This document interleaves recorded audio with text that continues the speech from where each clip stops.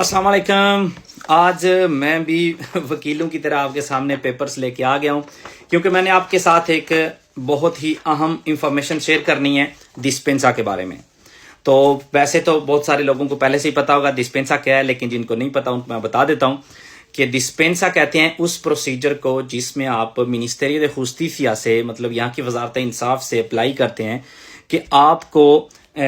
पढ़े लिखे आप नहीं हैं और आपको बोल के एग्ज़ाम देने की इजाज़त दी जाए। उसमें आप साथ में, मैं तो जितने भी किए हैं अभी तक उसमें सिर्फ 2 ही पेपर साथ लगाएं, एक बंदे की नीयत और दूसरा जो अक्ता दे मैनिफेस्टासियोन है जो कि नोटारियो से बनवाया जाता है। नोटारियो के पास आपने 2 गवाह लेके जाने हैं और उसको कहना है कि आप पढ़े लिखे नहीं हैं,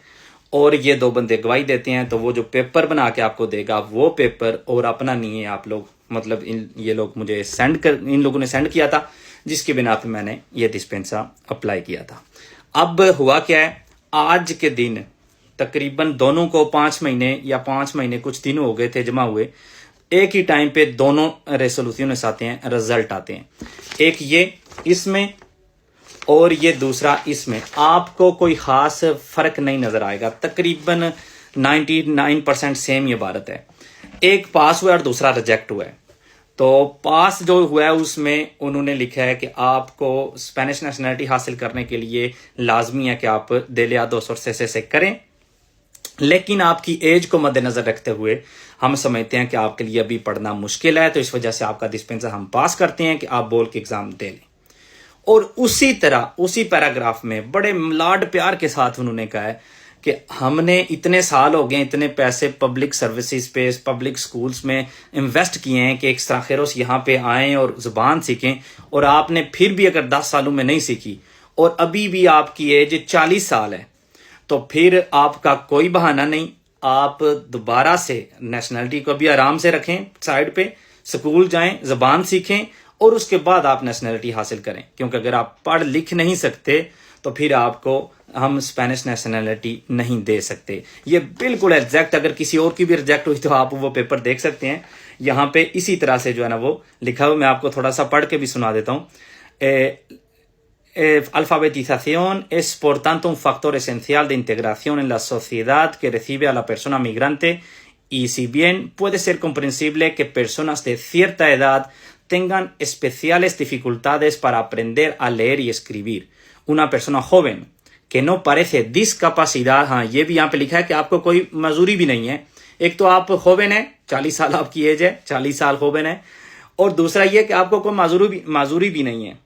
que no padece discapacidad alguna y pretende integrarse en la sociedad española, मतलब साडे विच तुसी वड़ना भी चाहते हो, y conseguir así la nacionalidad, adquirir la nacionalidad, como es el caso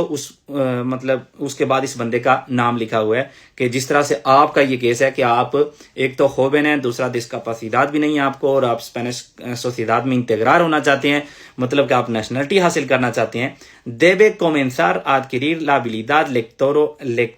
lectoescritura que le permita participar plenamente en la sociedad española y acceder a su mercado laboral। और उसके बाद नीचे उन्होंने लिखा हो कि हमने इतना अरसा हो गया कि इतने हम पैसे इन्वेस्ट कर रहे हैं ONGs में, मतलब ये जो सारी एसोसिएशंस वगैरह ज़बानें सिखाती हैं, इन सब को हम दे रहे हैं कि आप लोग स्पेनिश सीखें, और आप सीखते नहीं हैं। मतलब थोड़ा सा इसमें उन्होंने मतलब तड़का लगा के जो है इस बंदे को कहा कि आपका हम ये डिस्पेंसा रिजेक्ट करते हैं। तो ये है दोनों में फ़र्क, सिर्फ एज की बिना पे। ना ही उन्होंने कहा कि आपके पास लाइसेंस है, ना ही उन्होंने कहा कि आपके पास फलां कार्ड है, ना ही उन्होंने कोई और वजह लगाई। सिर्फ और सिर्फ उन्होंने कहा कि आपको कोई मजूरी नहीं है और आपकी एज 40 साल है, इस वजह से आप अभी भी स्पेनिश सीख के लाइसेंस कह दिया, नेशनलिटी का एग्ज़ाम, दोनों एग्ज़ाम दें और उसके बाद अपनी नेशनलिटी अप्लाई करें। अब जितने भी लोग अप्लाई करना चाहते हैं, मैं तो पहले भी बहुत दफ़ा अगर आपने किसी लाइव ट्रांसमिशन में देखा हो, मैं डार साहब के साथ भी बैठ के हमने यही खासकर उन्होंने बहुत दफ़ा जो है ना ये कहा है कि जो लोग होवन हैं वो ये डिस्पेंसा अप्लाई करने की कोशिश ना करें। मैंने भी कहा है, लेकिन क्योंकि कोई आपके पास फंडामेंट तो नहीं था। अब आप अगर मुझे कहेंगे कितनी एज के बाद हम अप्लाई कर सकते हैं, तो यहाँ पे ये नहीं लिखा हुआ कि 40 प्लस होना चाहिए, 45 प्लस होना चाहिए, 50 प्लस होना चाहिए, ये नहीं लिखा हुआ। सिर्फ उन्होंने कहा कि आप होवन है। तो मतलब मैं तो यही कहूँगा, अगर आप 50 से कम आपकी एज है तो आप अपने पैसे भी ना ज़ाया करें, टाइम भी ना ज़ाया करें, कोशिश करें कि आप पढ़ के ये एग्ज़ाम दे लें अगर आपको कोई किसी किस्म की माजूरी नहीं है। अब अगर आप ये चीज़ें मद्देनज़र रखते हुए फिर भी डिस्पेंसा अप्लाई करना चाहते हैं तो मैं आपको मतलब हमारे साथ आप डिस्पेंसा अप्लाई करना चाहते हैं तो मैं अभी आपको राबिता नंबर देता हूं जिस पे व्हाट्सएप पे आप राबिता करके सिर्फ ये 2 डॉक्यूमेंट्स हमें चाहिए जो मैंने अभी आपको मेंशन किए हैं, तो वहां पे आप अपने डॉक्यूमेंट्स भेज सकते हैं। लेकिन उससे पहले अभी मैं आपको क्लियर कर देता हूं ताकि बाद में आपका भी टाइम ज़ाया ना हो, हमारा भी ज़ाया ना हो और आप ये ना कहें कि मतलब पहले ये बात क्लियर नहीं की थी। कोई गारंटी नहीं है कि आपका डिस्पेंसा पास होगा, बिल्कुल मतलब ना ही हमारे पास कोई इस तरह की चीज़ है। बिल्कुल आसान सा जो प्रोसीजर है उसके साथ हम इसको अप्लाई करते हैं। कोई टाइम फ्रेम नहीं है क्योंकि अभी जो मैंने किया हूँ उसमें एक दो दोस्त ऐसे भी हैं जो कि हर तकरीबन महीने बाद पूछते हैं मतलब क्या बना हमारे पेपर का, क्या कोई टाइम फ्रेम नहीं है। हमने जमा